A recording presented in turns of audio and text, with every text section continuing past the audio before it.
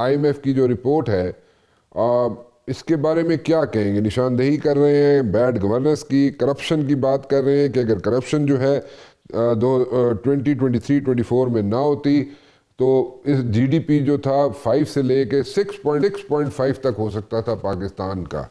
सो अगर इन दोनों चीज़ों को अगर हम सिर्फ बात करें इन पे, तो what do you say about all these things? इसको कैसे लेंगे आप लोग?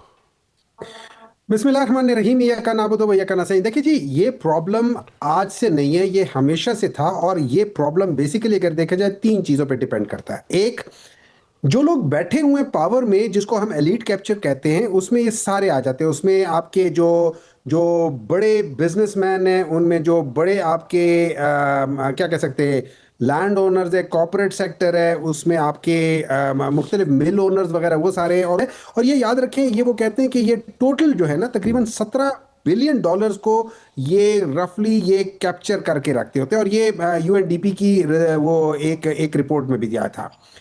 अब होता क्या है कि ये एलिट कैप्चर है, और यही बैठे हुए हैं पार्लियामेंट में, यही बैठे हुए मुख्तलिफ जगहों पे। तो ये जो डिसीजन मेकिंग होती है वो उसमें कॉन्फ्लिक्ट ऑफ इंटरेस्ट आ जाते हैं। मैं मिसाल दे देता हूँ। इस वक्त आपका प्राइम मिनिस्टर, इस वक्त आपके प्रेसिडेंट, इस वक्त आपके कितने मिनिस्टर्स हैं जो कि ओन करते हैं मेजर इंडस्ट्रीज को। तो वो क्या करते हैं, कंपटीशन नहीं आने देते। वो क्या करते हैं, डिसीजन मेकिंग में वो चीज़ें आ जाती है कि जो कि उन्हीं को फायदा देती है। ये एक चीज़ है। उस लिहाज से जो मैं इदारे की बात कर रहा था, फर्स्ट मैं एनएलसी की बात करता हूँ, ये उसमें करता हूँ। दे आर वंडरफुल कंपनीज, लेकिन है क्या कि उनको बगैर कंपटीशन के उनको चीज़ें मिल जाती। तो पाकिस्तान के अंदर एक जो कंपटीशन है वो डेवलप नहीं होता। वो क्या करते हैं, वो सारे ये जो कॉन्ट्रैक्ट्स है वो ले लेते हैं, और उसके बाद वो सब कॉन्ट्रैक्ट उन चंद लोगों को दे देते। जैसे अभी सेनेट में देख लें, इस वक्त सेनेट में देखिए कितने मीडिया हाउस वाले लोग सेनेट में बैठे हुए हैं। उन सबका कॉन्फ्लिक्ट ऑफ इंटरेस्ट है। या पार्लियामेंट में बैठे, उन सबको कॉन्फ्लिक्ट ऑफ इंटरेस्ट है, क्योंकि ये खबरें शबरें सारी जो होती हैं उनको उनको आई एम श्योर कहीं ना कहीं से उनसे जाता होगा। फिर आपकी जितनी इंडस्ट्रीज है, आपके जितने टोबैको है, आपकी जितनी लैंड है, आपकी सब चीज़ कर ले। मैं मिसाल एक और दे देता हूँ कि पाकिस्तान में 75% जनरली, अब ये कर ले, 75% of the households own no land in the country. 75% कुछ नहीं होता। अच्छा, उसके बाद जब हम इन चीज़ों को करते हैं तो आपका जो 5%, टॉप का 5% है, वो तकरीबन 65% ऑफ द इकोनॉमी का कंट्रोल करता है। अब ये एक कॉन्फ्लिक्ट ऑफ इंटरेस्ट आ गया, जिसकी बेसिस में गवर्नेंस इशू आ जाते हैं, क्योंकि यहाँ पे आपके लोगों को कॉन्ट्रैक्ट मिलते हैं। तीसरी चीज आ जाती है, वो है आपकी जुडिशरी। हमारी जुडिशरी हमेशा से कॉम्प्रोमाइज थी, आज पहली बार नहीं है, लेकिन अब हमने उसको बिल्कुल ही ताबे कर दिया एग्जेक्टिव के, और एग्जेक्टिव में ये लोग बैठे हुए हैं। और ये कहां से कर सकता है? ये बेसिक चीजें हैं, बेसिक फंडामेंटल चीजें हैं। बाकी नंबर्स हैं, ये बेसिक फंडामेंटल चीजें हैं जो उन्होंने पॉइंट आउट किया। अब उसकी एक मिसाल है। वो कहते हैं कि अगर आप 5.4 trillion rupees, 5.3 trillion rupees recover कर रहे हैं, आपको नहीं पता कि एक्चुअल अमाउंट ऑफ जो करप्शन है वो कितनी है। एक रफ एस्टिमेट ये है, ये एक साल की मैं बात कर रहा हूँ, 23-24 की बात कर रहा हूँ। इस एक साल में अगर हम फिर 5 करते हैं तो रफली हमें पता है कि 20%, 10%, 20% वो दे देते, 80% रख लेते हैं। तो अगर हम उस फॉर्मूले या 40% के भी फॉर्मूले करके देख ले, आपका तकरीबन 15 से 20 ट्रिलियन रुपीस का आपका गबन हुआ। पाकिस्तान का टोटल कर्जा कितना है? 25-30 ट्रिलियन है।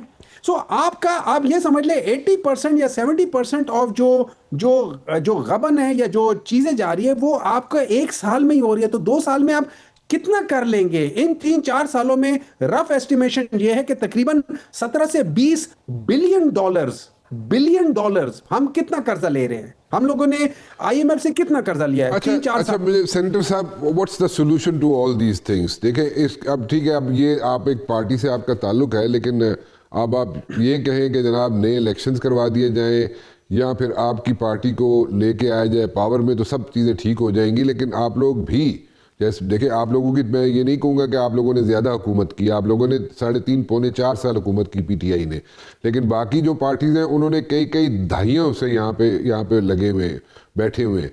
सो मैं आपको, सिर्फ आपको ब्लेम नहीं करूँगा, बाकी सबको भी ब्लेम करूँगा, आपको भी करूँगा, लेकिन उनको सबको ज़्यादा ब्लेम करूँगा। सो मुझे इसका कोई वे आउट बता दीजिए। देखिए, आपने अभी हमें बताया कि हमने 3.5 साल किए। अगर हम चले, हम ये कर लेते हैं 1985 से लेके हम कर लेते हैं, हम पोस्ट एक किस्म के आप पोस्ट भुट्टो एरा कर लेते हैं। अगर भुट्टो एरा कर ले तो बहुत ही ज़्यादा जाती हो जाएगी, लेकिन पोस्ट भुट्टो एरिया का कर लेते हैं।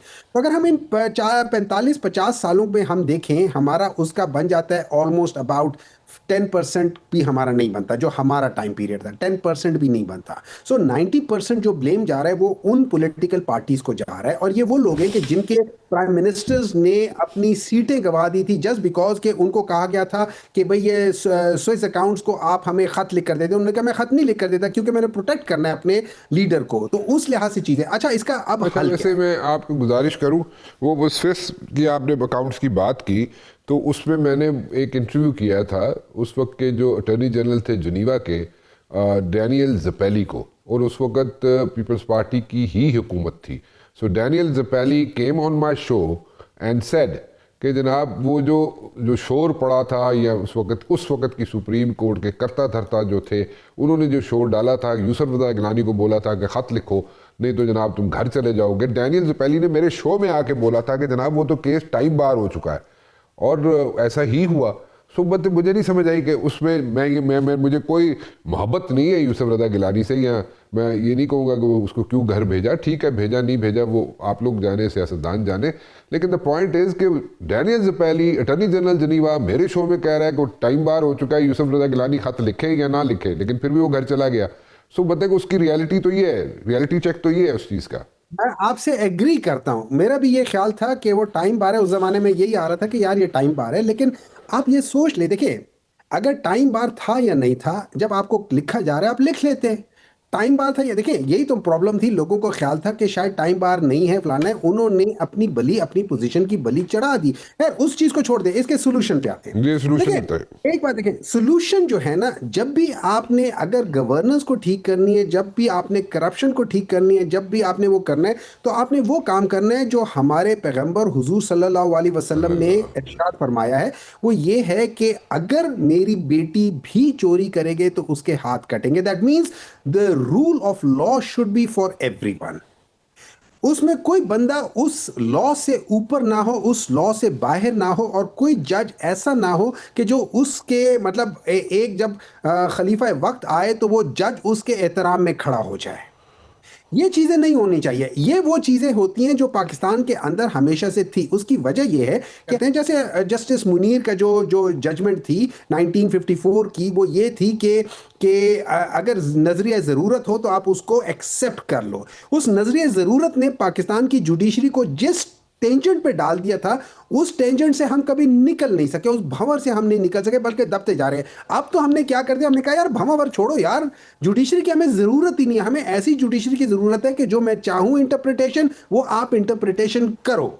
तो इस चीज़ को अगर हमने पाकिस्तान को हमने सही डगर पे डालना है तो सबसे पहले हमें जुडिशरी को ठीक करने पड़ेगा। नंबर 2, हमें मेरिट लाना पड़ेगा हर जगह पे।